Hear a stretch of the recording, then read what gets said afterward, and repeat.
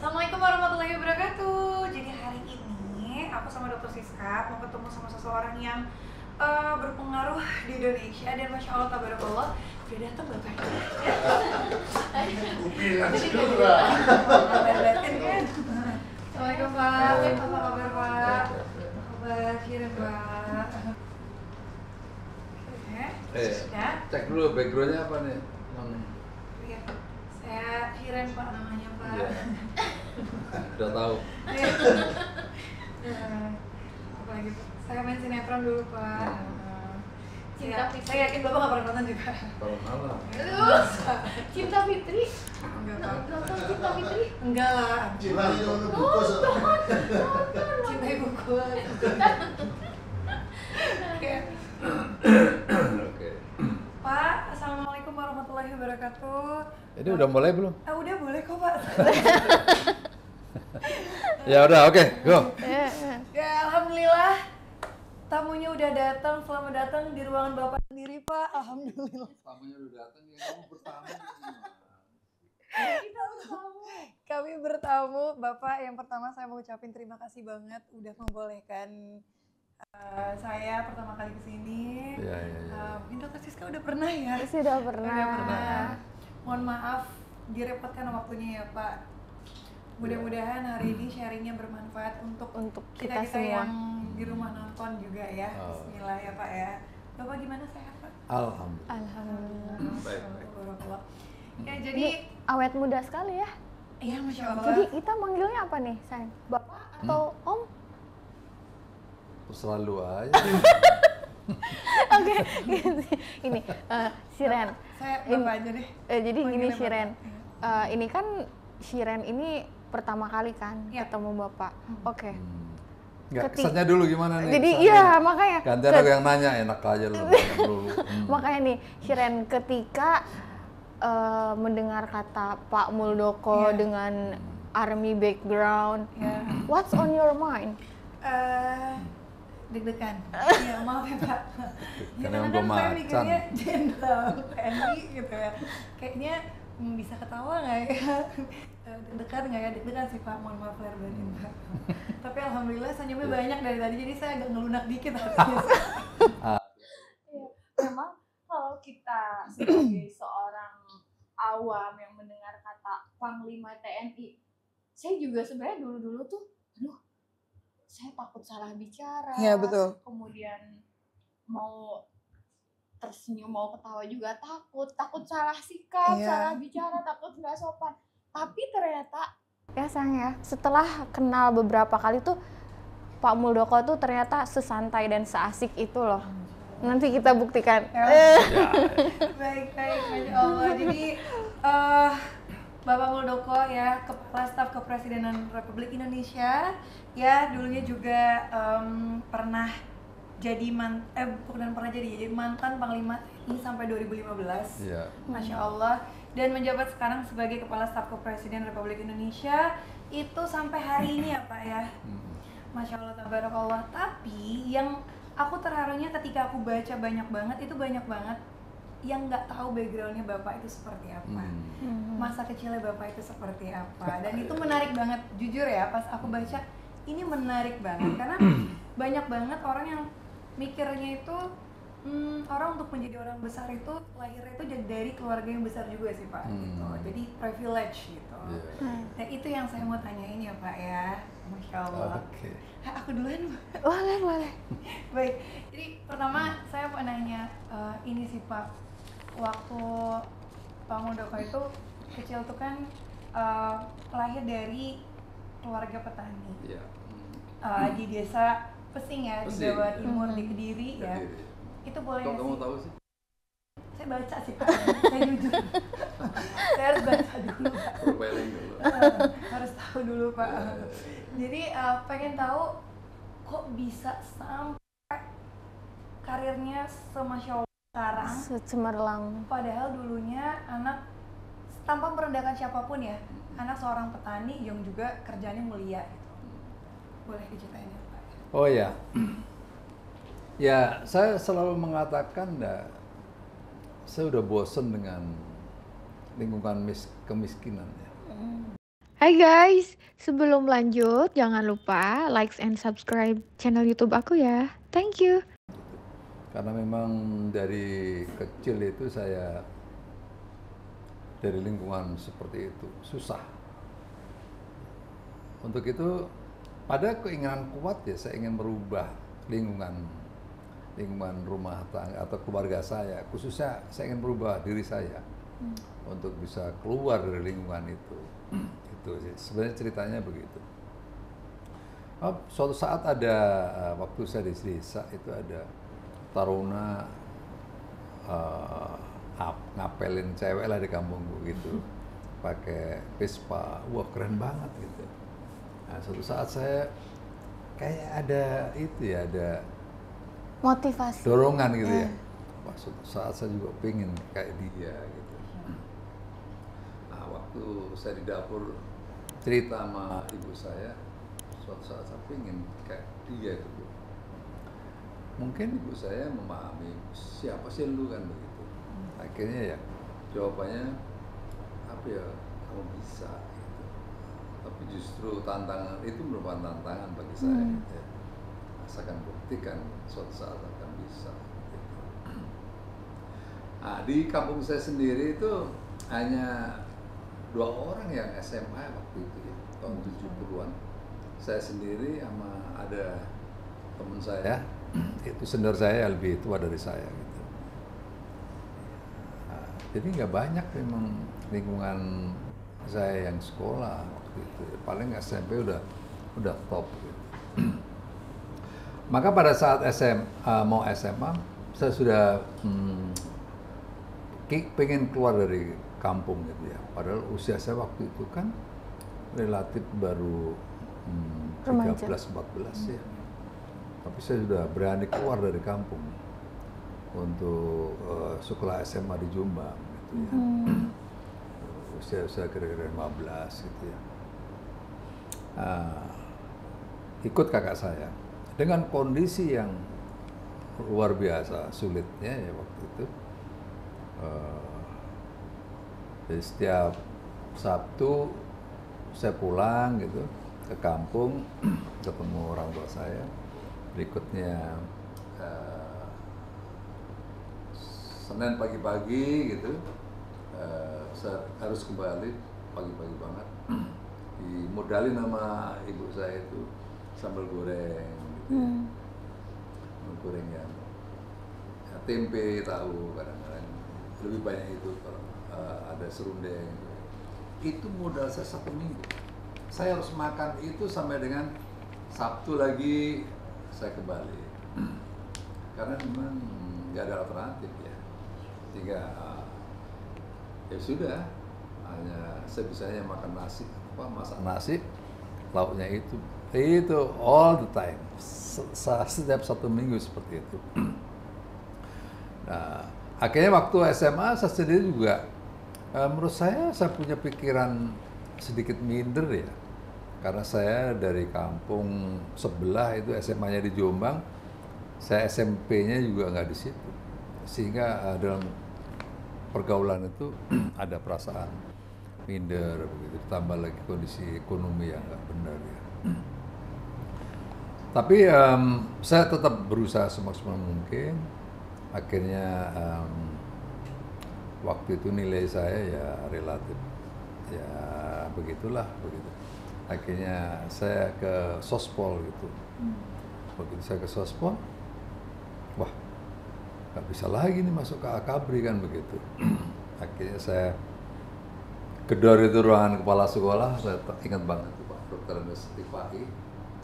Pak, saya harus pindah ke Paspor. Oh nggak bisa mulu. Saya harus bisa Pak. Nggak bisa. Saya harus bisa Pak. Saya paksa lagi gitu. Akhirnya, oke, saya kasih waktu 3 bulan. Kalau kamu nggak bisa, balik lagi kamu. Iya Pak. Waktu itu kayak gitu tuh perjuangan saya ya. Karena saya memperjuangkan keinginan. Kalau waktu itu saya menyerah mungkin nggak, ceritanya berbeda ya. Pasti saya tidak bisa masuk Akabri dan ya pastinya tidak akan bisa jadi panglima TNI kan begitu ya. Masya Allah. Sekarang kan Bapak menjabat sebagai Kepala Staf Kepresidenan, tapi yang saya ketahui juga sebagai seorang entrepreneur, ya kan? Kalau boleh tahu, boleh berbagi kepada kita usaha apa saja sekarang yang sedang dijalankan? Ya sebenarnya kalau sekarang nggak bisa berusaha ya, karena saya terikat dalam jabatan di sini. Tapi yang saya ingin berbagi cerita bahwa pada saat saya setelah pensiun pada bulan akhir Juli 2015, saya membangun sebuah perusahaan ya. Ada 2 perusahaan yang saya bangun waktu itu. Empani itu bekerja untuk sektor pertanian ya. Agriculture. Yang saya lakukan mulai dari riset benih karena saya ingin merubah kehidupan petani kita. Alhamdulillah itu melahirkan benih baru yang namanya M70D itu. Padi itu hanya 75 hari tapi hasilnya 2 kali lipat, 9 ton. Ada lagi yang M400 akhirnya dua-duanya itu bertumbuh dengan baik sampai sekarang. Dan riset saya itu berjalan terus ya. Riset itu 6 tahun baru bisa menghasilkan. Memang banyak menguras keuangan ya. Gitu. Tapi saya yakin bahwa bisnis logistik ke depan, food ke depan itu nggak ada habis. Berikutnya saya 2016 saya juga membangun MAB ya, mobil anak bangsa. Karena saya tahun 2012 sebagai Wagub Lemhanas sudah berpikir masa depan adalah baterai dan baterai adalah masa depan. Maka pada saat saya ada kesempatan saya membangun mobil listrik, saya prioritaskan kepada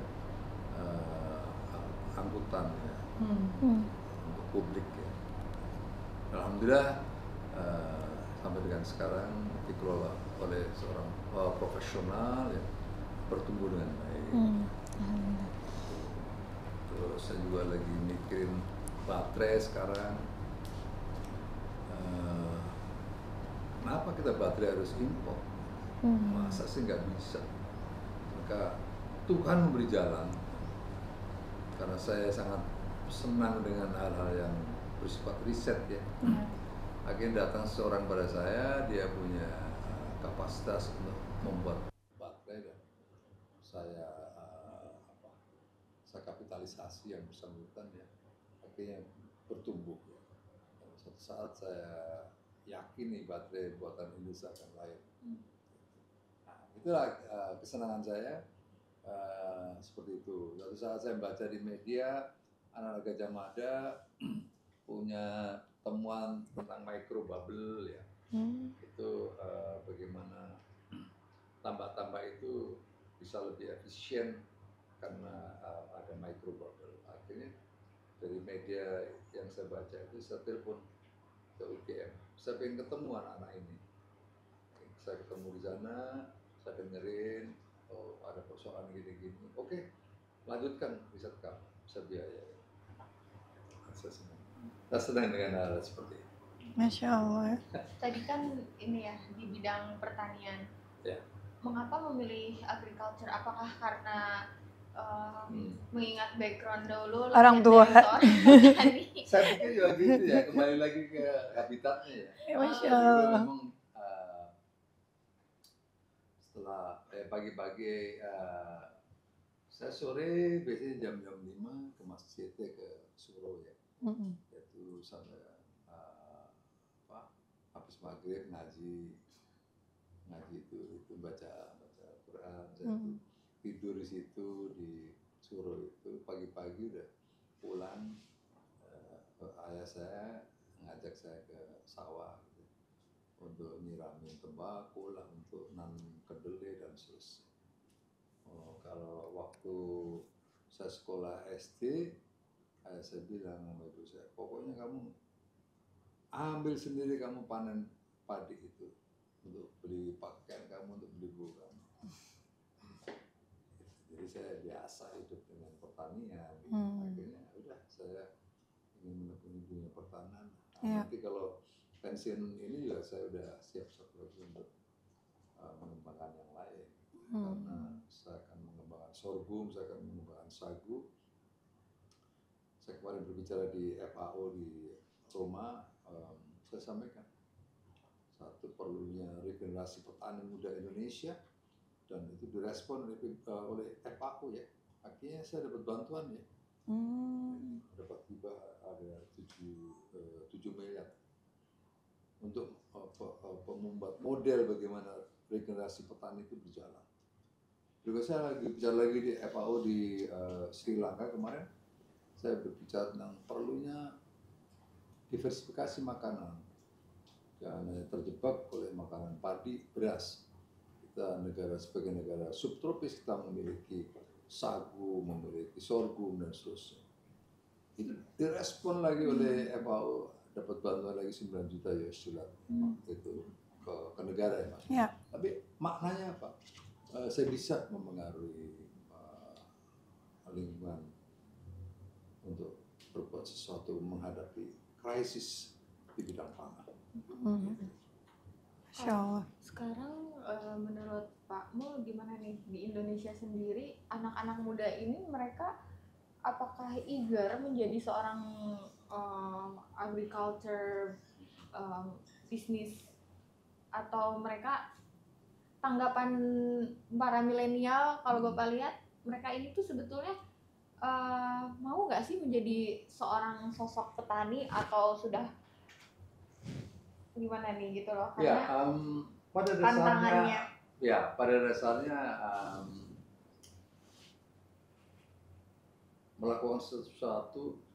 seseorang melakukan sesuatu harus mendapatkan sesuatu. Kalau dunia pertanian tidak berkembang mengikuti teknologi, maka itu hanya menjadi cerita. Ya. Tapi kalau dunia pertanian inline dengan perkembangan teknologi, dan itu pasti menjanjikan sesuatu. Dan teknologi itu harus inline juga apa yang sedang digeluti oleh anak muda saat ini. Maka saya telah membangun sebuah komunitas ya. Komunitas anak-anak muda Indonesia yang memiliki teknologi ya, artificial intelligence, bagaimana kita melakukan smart farming ya, itu juga sesuatu yang menjanjikan. Nah, ini sedang bertumbuh saat ini. Berikutnya kita juga memberitahu kepada anak-anak muda bahwa bertani itu tidak hanya sekedar berlumpur-lumpur, tapi rangkaian ekosistem dari pertanian itu panjang, dan Anda bisa mengambil peran di tempat-tempat itu, baik pada saat budidayanya atau pasca panennya atau di marketnya, itu bisa diambil peran di situ. Jadi intinya bahwa dunia menghadapi situasi yang sama, bahwa saat ini keinginan anak muda untuk terjun ke dunia pertanian itu tanda tanya besar. Bukan hanya Indonesia, karena di waktu saya berbicara di Rome itu ya semua pimpinan negara itu mengatakan seperti itu, ada kegundahan. Kok kemarin mereka hanya banyak berkeluh kesah, tapi saya waktu berbicara membawa konsep, itu rasa diapresiasi untuk ada bantuan-bantuan bisa untuk dikembangkan. Nah tapi Pak,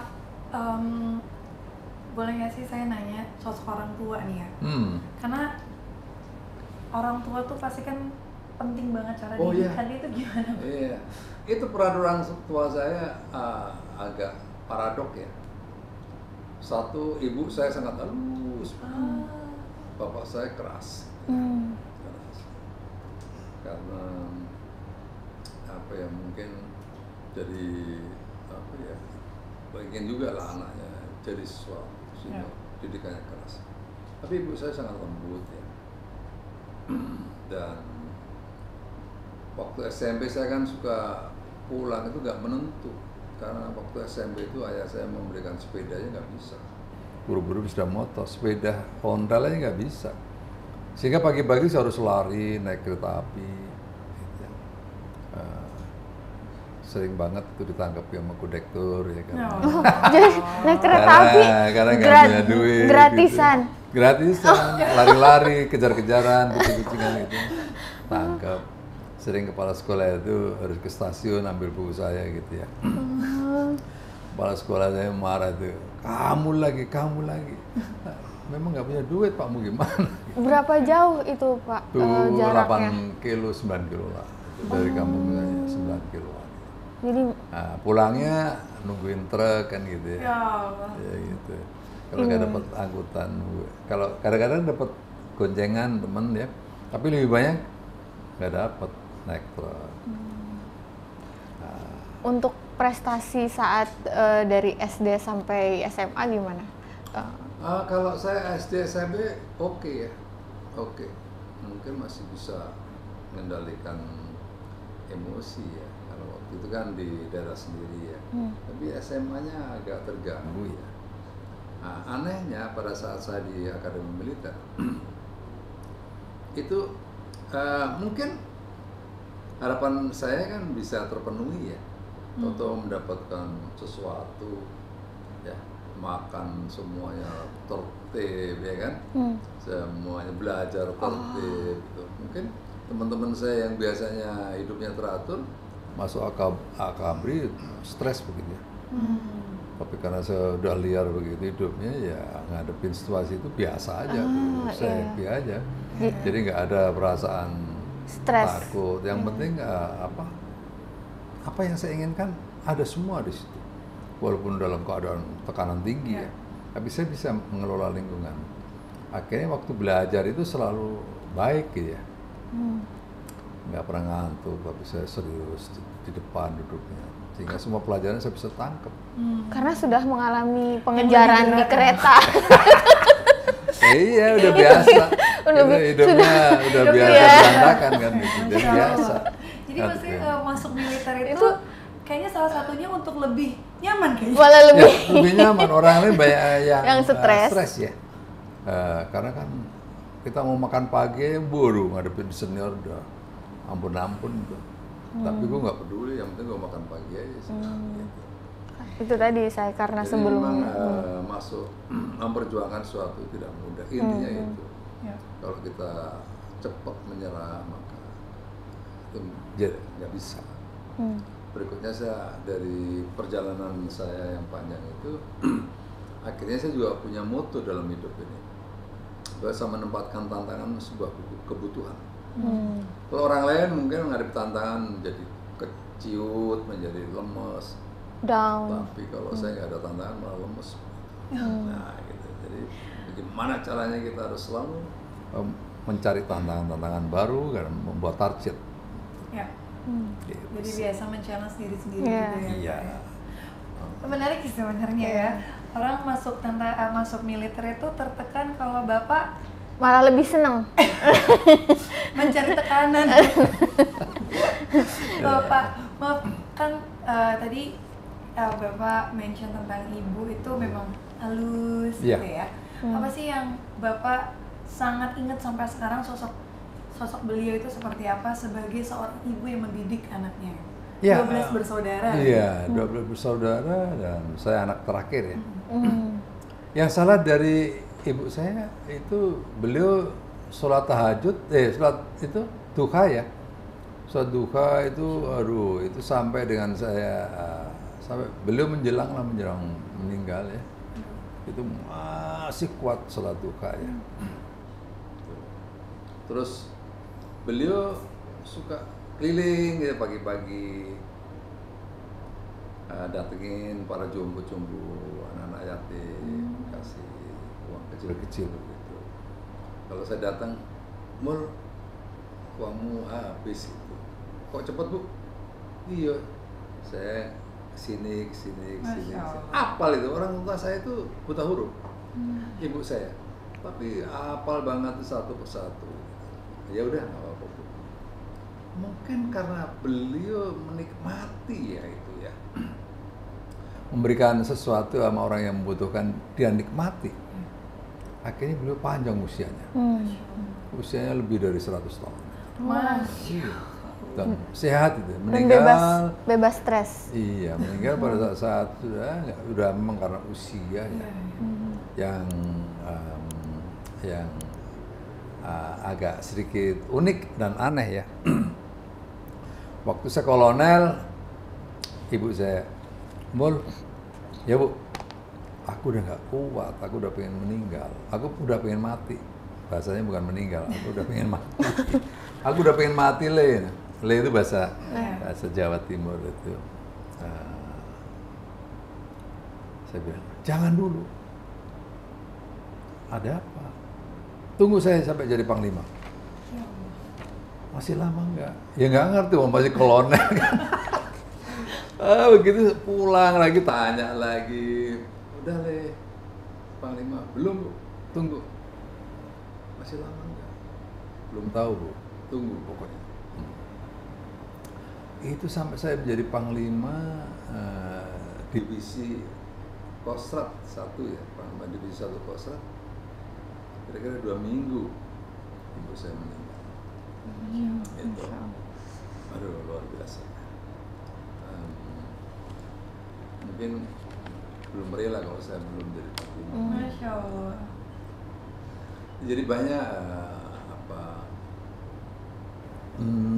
ajaran-ajaran yang diberikan oleh ibu saya kepada saya, bagaimana mengasihi orang, ya.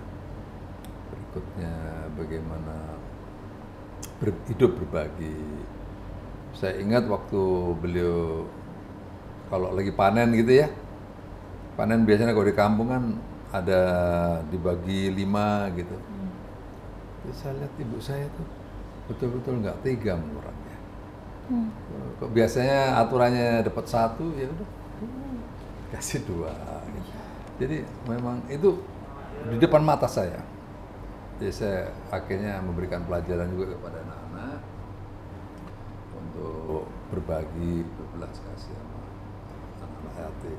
Dan biasanya mereka sendiri yang menyerahkan kepada anak-anak itu. Saya ajarin begitu. Alhamdulillah. Masya Allah. Pak, soal ibu, saya mau baca juga, ibu sebelum meninggal itu sempat haji ya sama Bapak? Ya, alhamdulillah sempat. Ya, waktu itu saya komandan brigade, ibu saya belum haji, saya bawa. Ayah saya meninggal 92, waktu itu saya di Timur Tengah, waktu operasi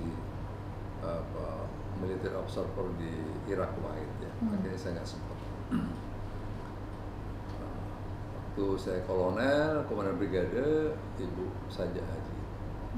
Itu usianya mungkin udah lebih 80 kali ya. Akhirnya pada saat ditabrak itu saya gendongin ibu saya pelukin dengan kondisi yang rentan gitu. Alhamdulillah. Masya Allah, tolong kasih kesempatan ya Pak. Iya. Alhamdulillah. Kalau pesan yang paling Bapak ingat sampai saat ini dari ayah atau ibu apa pesan? Ya, pesannya tadi betapa ibu saya itu menyadari ada kekurangan ya, tetapi kasih sayangnya nggak pernah kurang gitu ya. Ayah saya keras, tetapi setelah saya pikir, saya mungkin kalau tidak dibentuk disiplin seperti itu mungkin berbeda ya. Gitu.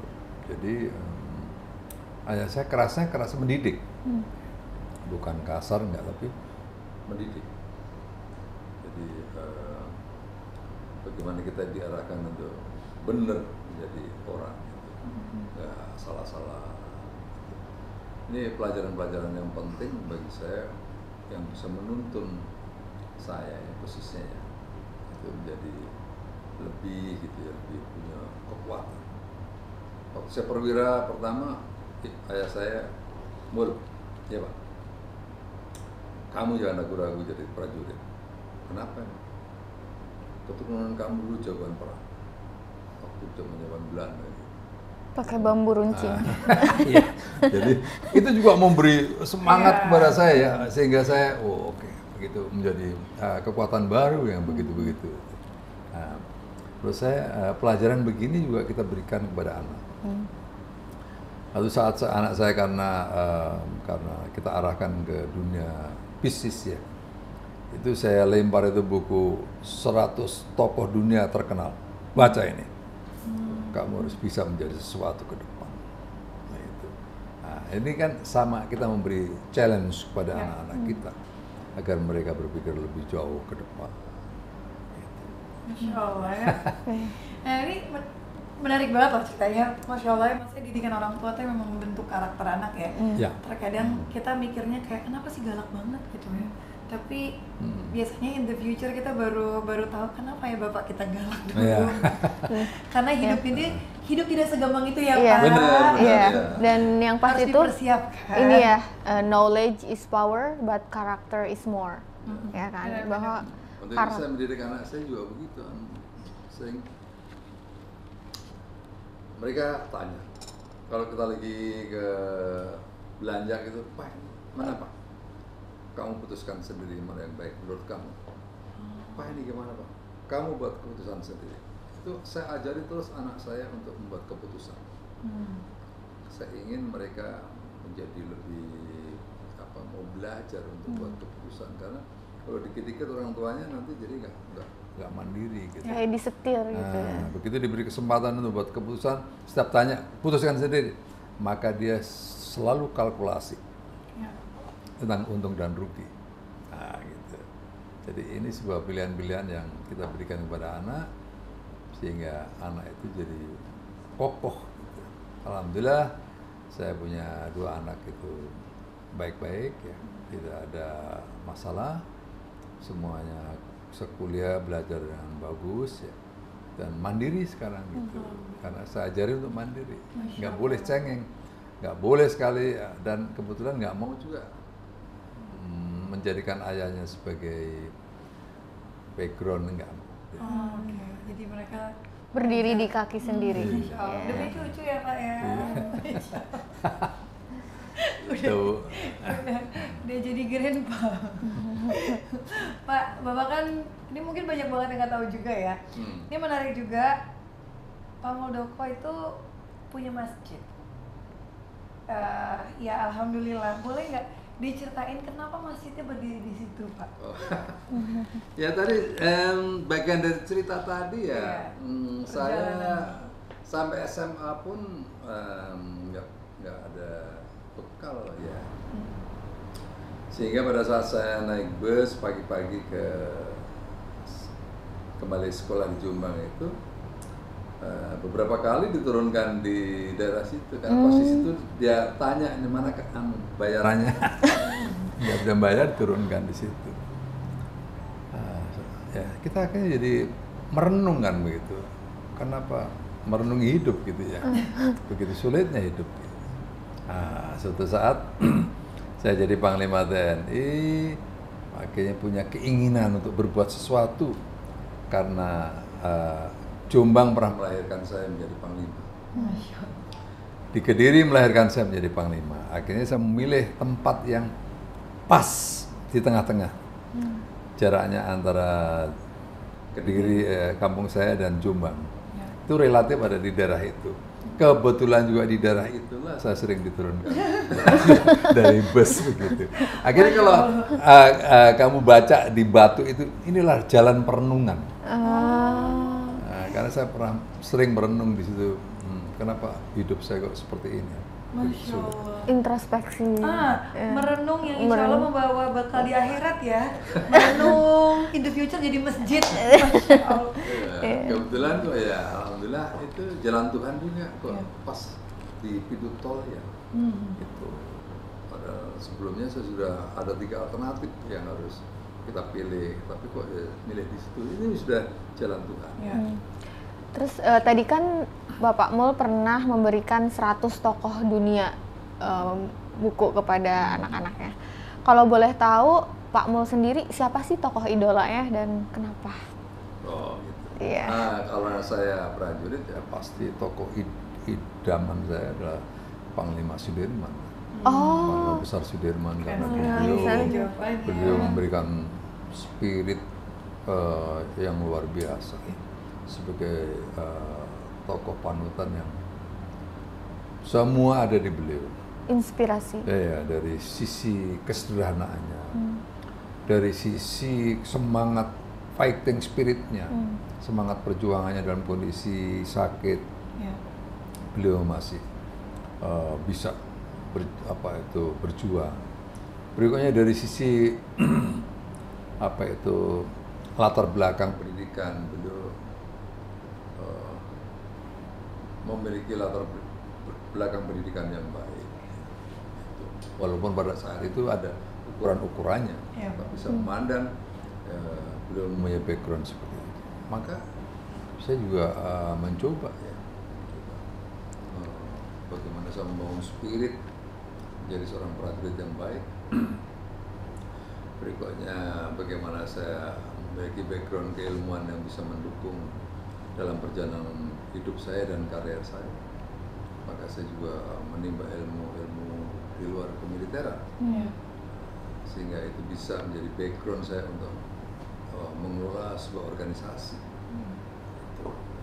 Akhirnya alhamdulillah semuanya bisa ada manfaatnya. Masya Allah. Ya, akademis penting ya Pak ya. Pendidikan itu juga penting. Bapak Saya sering mengatakan pada saat saya memberikan kuliah pada anak-anak ya. Menurut saya hanya dengan pendidikan kalian bisa merubah hidup. Gitu. Apalagi ditambah lagi dengan sistem politik di Indonesia seperti saat ini, maka sebenarnya siapapun bisa menjadi apapun, kapanpun, dimanapun. Gitu. Nah, kalau mereka memiliki jenjang pendidikan yang baik, ya itu bisa merubah. Untuk itulah saya sangat senang bahwa keinginan Bapak Presiden Joko Widodo ini untuk menempatkan pembangunan sumber daya manusia pada prioritas pertama. Karena apa? Karena memang beliau berpikir ya, no one left behind. Tidak ada satupun yang tertinggal dalam mencapai keinginan cita-cita. Nah, saya pikir ini juga pernah menimpa hidup saya itu sulit, maka kita juga harus bisa berbuat sesuatu ya. Nah, dalam skala yang lebih kecil, saya juga melakukan sesuatu ya di masjid saya itu. Di sana ada anak-anak tidak mampu ya, dari sekitar daerah Jombang situ kita ambil mulai dari SD, saya suruh belajar mereka, dan sekarang udah yang S1 udah 6 orang ya. Nah, saya sampaikan kepada mereka, sepanjang otak kamu bagus sampai S3 pun saya akan biayai gitu. Udah ada 3 orang yang bekerja ya, ada yang masuk tentara ya, nggak apa-apa kita salurkan mereka. Karena saya melihat betapa dulu saya sulit. Masya Allah, luar biasa, Masya Allah. Allah nggak salah ya kalau kasih rezeki ya Pak. Ya. Masya Allah. And giving is rich. Iya, Masya Allah. Nah, Pak, saya mau nanya tentang keluarga Bapak boleh? Apa? Mau nanya tentang keluarga Pak. Oh ya, boleh. Jadi kan ini menarik ya, maksudnya Bapak hari ini tuh ngajarin banyak hal, dari mulai semangat nih untuk anak-anak muda, kan gak semuanya itu punya modal untuk kuliah, sekolah di tempat yang mahal atau segala macam gitu. Tapi kegigihan itu insya Allah kan part of ikhtiarnya kita yang dilihat sama Allah. Insya Allah Allah akan bantu gitu. Nah, sosok almarhumah rahimahullah yang Bapak sangat cintai ya, boleh nggak sih cerita sama kita dulu tuh ketemunya gimana Pak? Oh. kisah kasih. Kisah kasih romantis ya. Ada persoalan yang dihadapi oleh para perwira ya.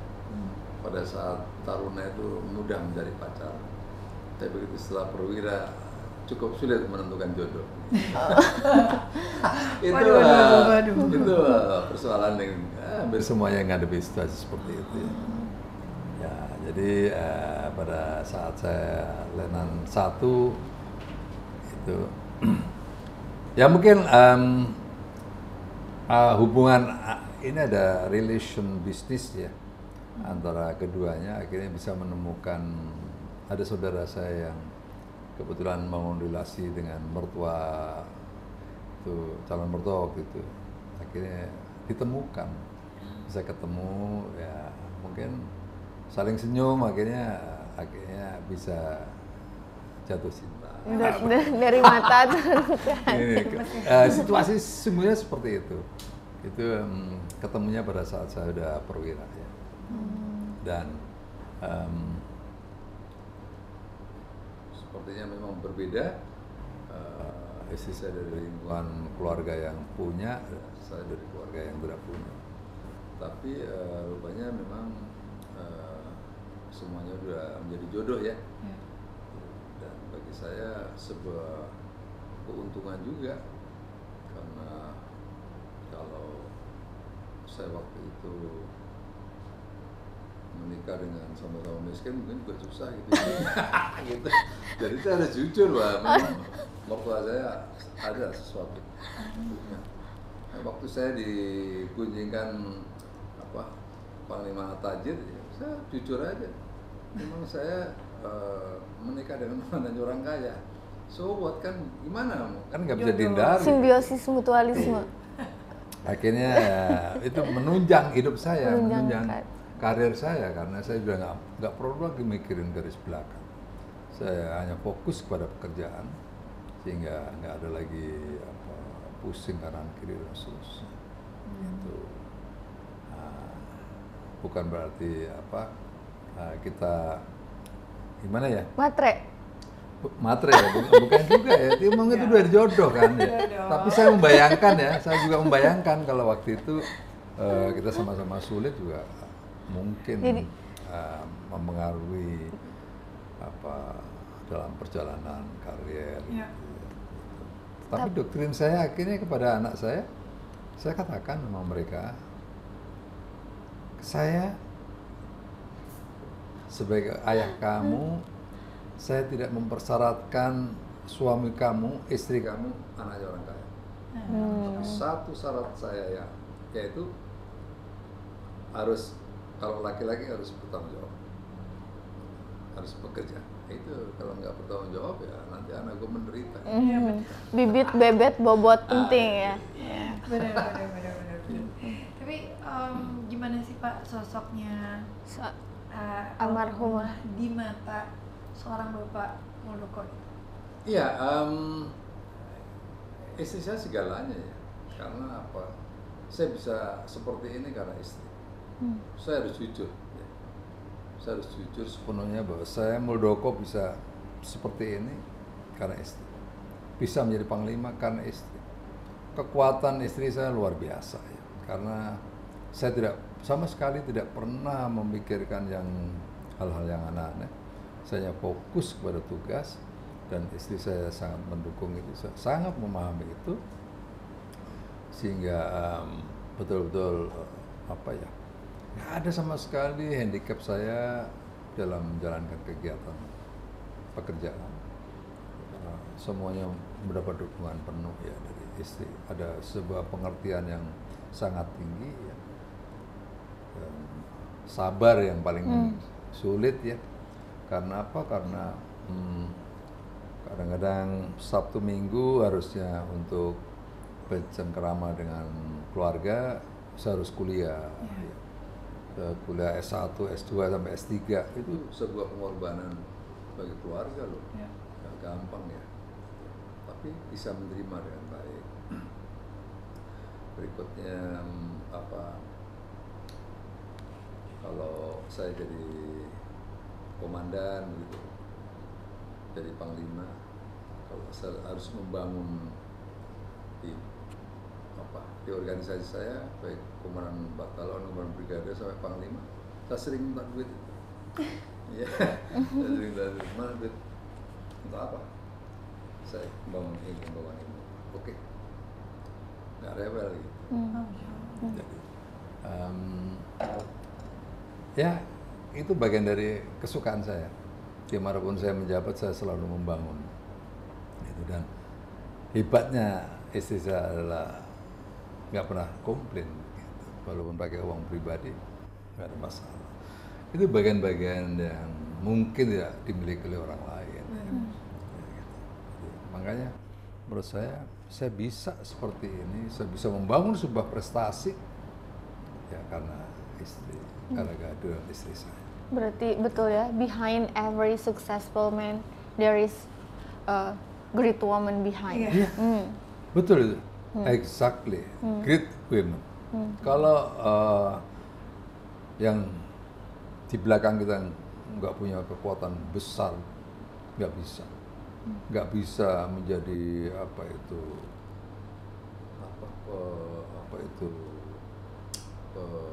pendobrak, nggak bisa menjadi pendorong, nggak bisa menjadi support yang Support systemnya Support.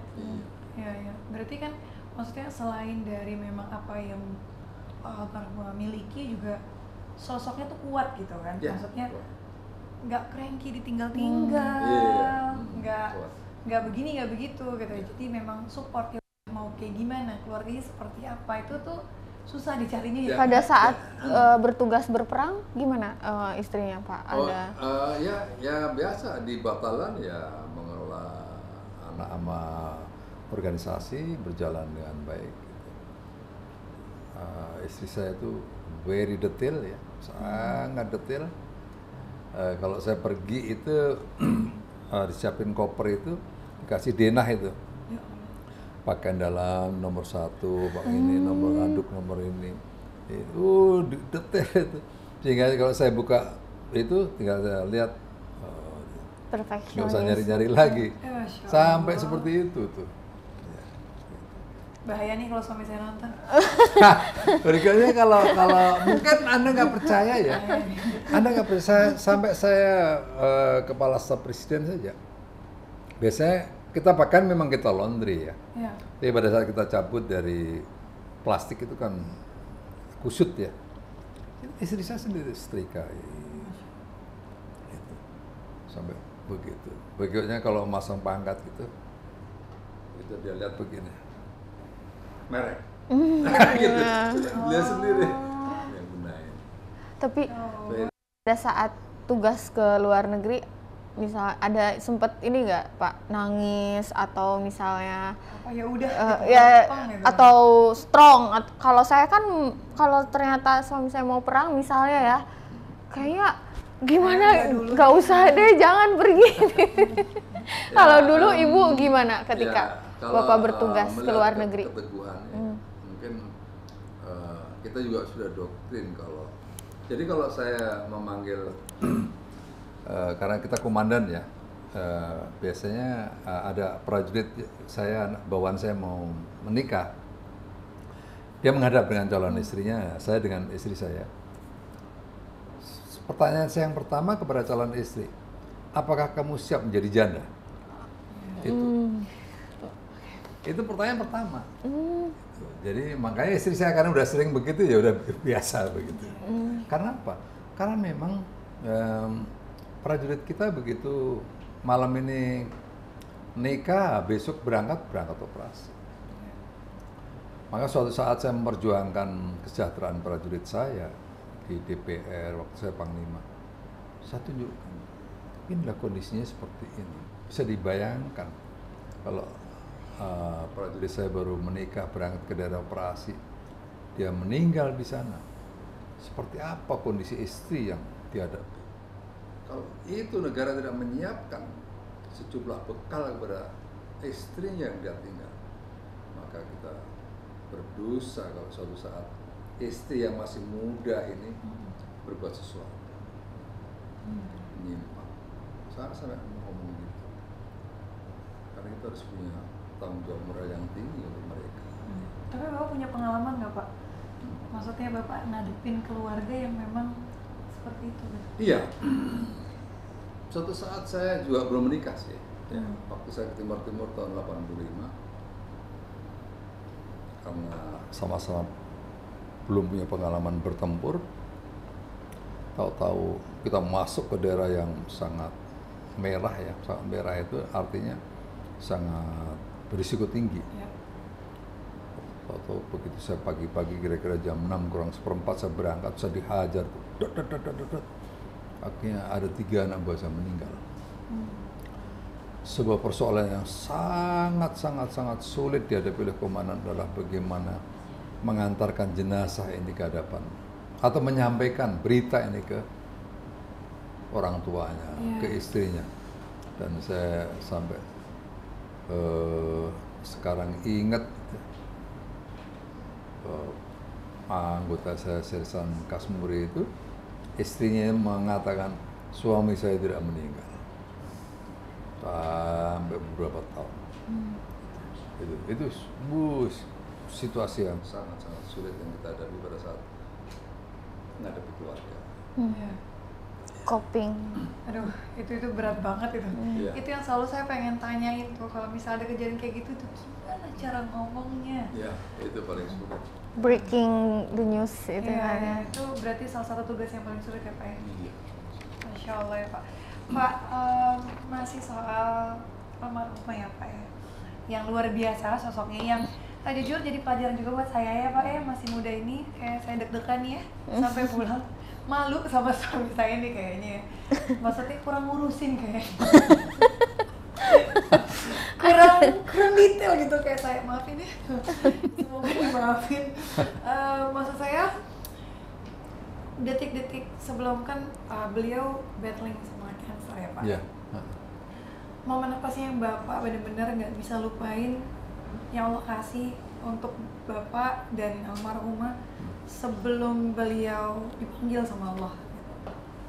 Iya, ini sebuah situasi yang sangat sulit ya bagi saya ya.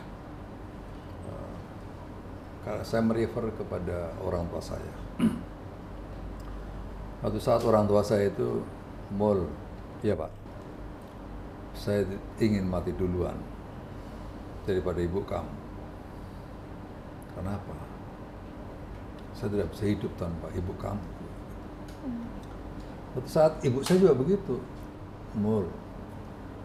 Saya ingin mati duluan. Kenapa? Saya tidak bisa hidup tanpa ayah kamu. Ini pelajaran yang sangat berharga ya. Dan itu saya coba praktekkan dalam kehidupan saya. Sehingga pada saat saya ditinggal istri memang sangat berat. Itu seperti apa ya? Hilang segalanya itu. Seolah-olah apa yang saya bangun itu udah hilang, nggak apa gitu ya. Itu kondisinya seperti itu. Pada saat istri saya itu sudah kira-kira satu hari lah sebelum meninggal, itu masih bertanya, Pak udah sarapan Pak? Sarapan apa? Masih seperti itu. Maknanya adalah itu istri saya itu sungguh apa ya? Selfless. Atensinya udah sulit ya itu ya. Sulit menghadapi situasi. Perbedaan Bapak, yang paling mantap mantap ya. Semoga almarhum Allah di tempat Di tempat istimewa di sisi sisi Allah. Allah. Insya Allah. Tapi Bapak kelihatan cinta banget. Berkaca-kaca sampai berkaca-kaca. Masya Allah. Tapi memang pelajaran buat kita yang muda-muda sih. Ya, saya pikir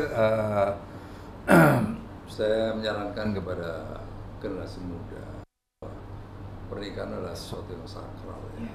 Jangan menganggap coba-coba, jangan menganggap isi going, nanti jadi kurang meaningful ya dalam perjalanan hidup itu. Seolah-olah itu gagal itu menjadi sesuatu yang biasa. Jangan, karena memang pernikahan itu sesuatu yang sakral, perlu ada sebuah pengertian yang mendalam. Nggak ada yang sempurna ya, nggak ada istri yang sempurna, nggak ada laki-laki suami yang sempurna.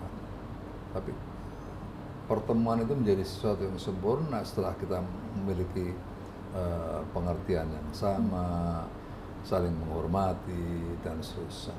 Gitu. Karena memang nggak ada pasangan yang sama-sama 100% cocok sih. Yang ada mungkin saling berkorban dan dicocok-cocokin. Ya memang sih. Ya, Memang, iya, gitu. memang. Kalau Tapi kan harus diperjuangkan lagi. Harus diperjuangkan. tisu. Ternyata ibu sudah meninggal 1 tahun, bapak masih tampak masih berduka ya, masih sedih. Ya kalau saya Apa yang biasa bapak lakukan kalau misalnya teringat sosok almarhumah? Apa biasanya bapak ngapain aja nih gitu? ya ini ya itu walaupun udah setahun gitu ya, kalau kita di tempat tidur begitu noleh gitu masih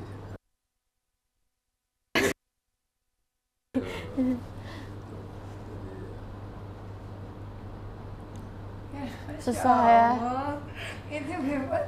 Romantis. Ternyata ini sosok lain dari Pak Mul, romantis. Cinta banget sama istrinya. Masya Allah. Ini disebut cinta sampai mati ya. Cinta banget. Iya. Masya Allah, Bapak sama Ibu 38 tahun ya Pak ya?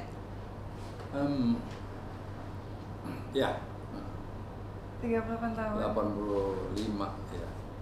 Iya, 85. Iya, 38-an berarti ya. 38 tahunan. Sampai 2000 lebih lah. 2000. Sudah kemarin udah setahun lebih. Oh.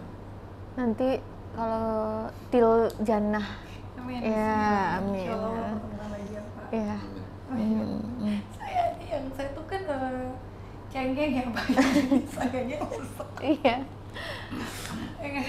Mudah-mudahan kita juga dipertemukan sosok yang seperti Pak Mul juga, ya kan?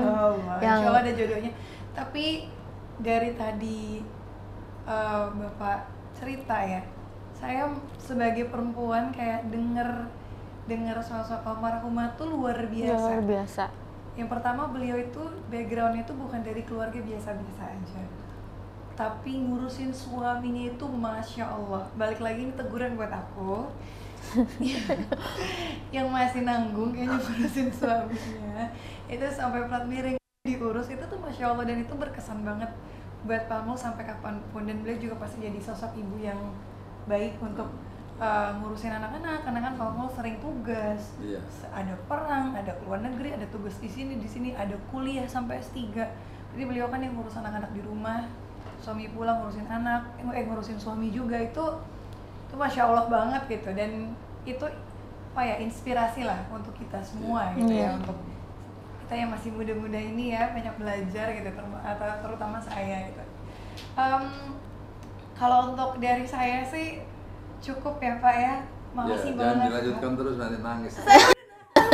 Mungkin kalau dari saya ingin bertanya tentang masa transisi Pak. Saya ingin bertanya bagaimana sih tantangan terbesar masa transisi dari lingkungan militer kemudian ke lingkungan sipil? Itu bagaimana itu untuk adaptasinya? Ya, saya orang yang beruntung ya, pada saat saya dari Pangdam itu menjadi Wagub Lemanas, kurang lebih dari 2 tahun, sehingga saya biasa bergaul dengan masyarakat sipil ya, banyak para profesor, dokter di Lemanas. Itu juga salah satu situasi yang bisa mematangkan leadership saya, sehingga pada saat saya jadi Panglima saya lebih punya flexibility, tapi ketegasan tidak berkurang. Kita terbawa di lingkungan KSP ini relatif anak-anak muda lagi ya, itu hampir 55% anak-anak muda. Itu juga saya harus menyesuaikan dengan mereka gitu. Karena saya pernah baca teori bahwa kepemimpinan yang efektif adalah sebuah kepemimpinan yang gayanya disesuaikan dengan perkembangan lingkungannya dan menyesuaikan kebutuhan bawahan secara relatif di situ.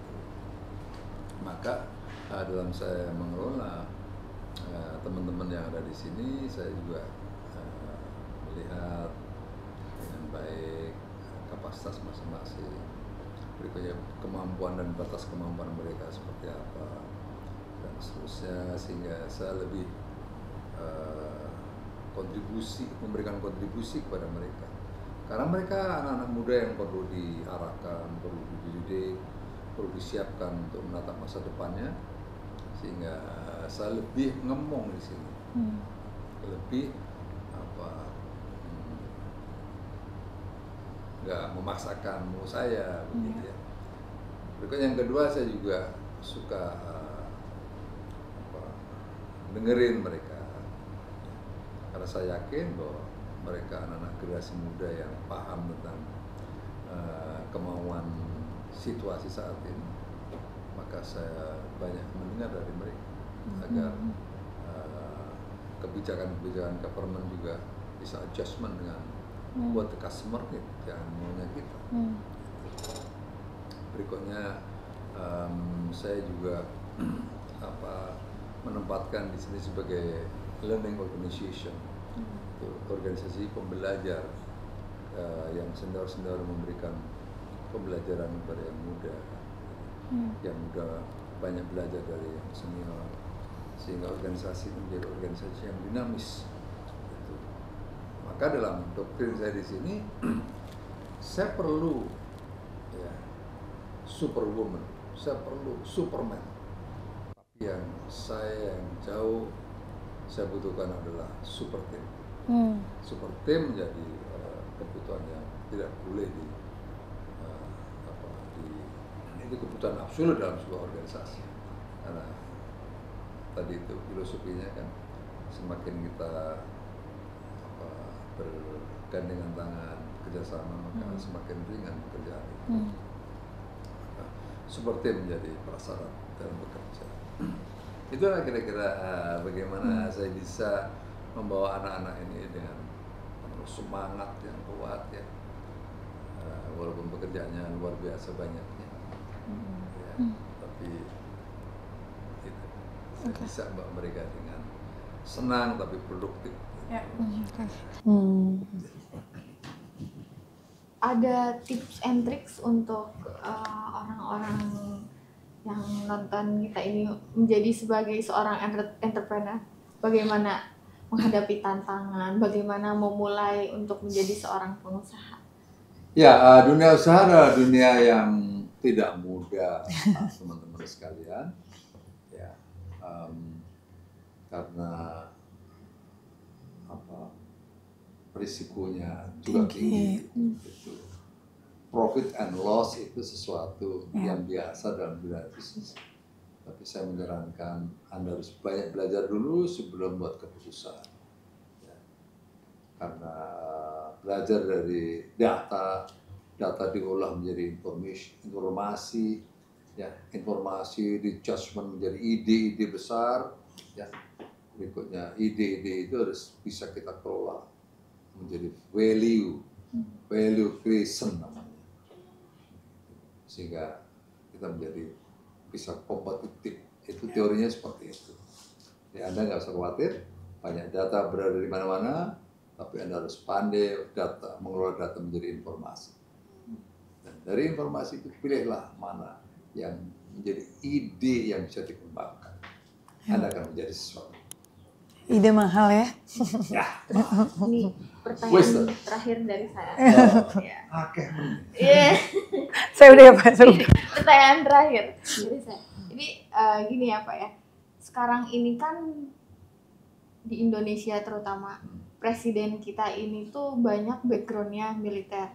Apalagi Pak Muldoko ini tadi saya dengar sendiri senang dengan tantangan. Itu kan. Saat ini apakah sudah puas dengan apa yang sudah dicapai sekarang ini, atau kedepannya akan menjadi seorang presiden untuk Indonesia? Kalau di dunia militer kita mengenal itu the soldier never die, just fade away. kita jadi seorang DNA-nya ada prajurit. Prajurit itu siap menunggu tugas, siap menunggu panggilan, sepanjang itu untuk kepentingan bangsa dan negara. Tapi saya juga menyiapkan diri untuk berpikir bagaimana bisa mengabdi pada sektor-sektor lain. Jadi tidak semuanya mengabdi itu hanya pada saat kita menjabat, jangan berpikir seperti itulah. Ya. Banyak medan-medan lain yang bisa. Seperti saya menciptakan benih M70D, itu sebuah bentuk pengabdian kepada petani. Akhirnya petani sekarang bisa menikmati apa yang saya hasilkan. Jadi jangan hanya berpikir bahwa kita hanya bisa memberikan kontribusi kepada negara kalau kita menjabat, jangan. Banyak sektor lain yang bisa kita kelola. Gitu. Akhirnya saya dari pengalaman hidup itu, maka saya selalu mengatakan kepada anak-anak mahasiswa SMA, kalian harus paham, kamu harus memiliki cita-cita yang tinggi, impian yang tinggi, tetapi impianmu, cita-citamu itu harus diperjuangkan. Kalau tidak diperjuangkan, hanya mimpi kosong. Itu karena saya merefleksi apa yang saya lakukan. Itulah kira-kira ceritanya. Ya, alhamdulillah apa yang saya inginkan diridhoi sama Yang Maha Kuasa terus berlanjut begitu. Masya Allah. Ya. Intinya nggak ada yang nggak mungkin ya Pak. Iya. Masya Allah. Bapak, terima kasih banyak Pak banyak atas waktunya. Mohon maaf kepanjangan. Masya Allah, tabarakallah. Tapi kamu berhasil buat saya nangis. Pak, saya udah nahan banget. Takutnya kalau soalnya kalau udah nangis saya nggak bisa ngomong, Pak.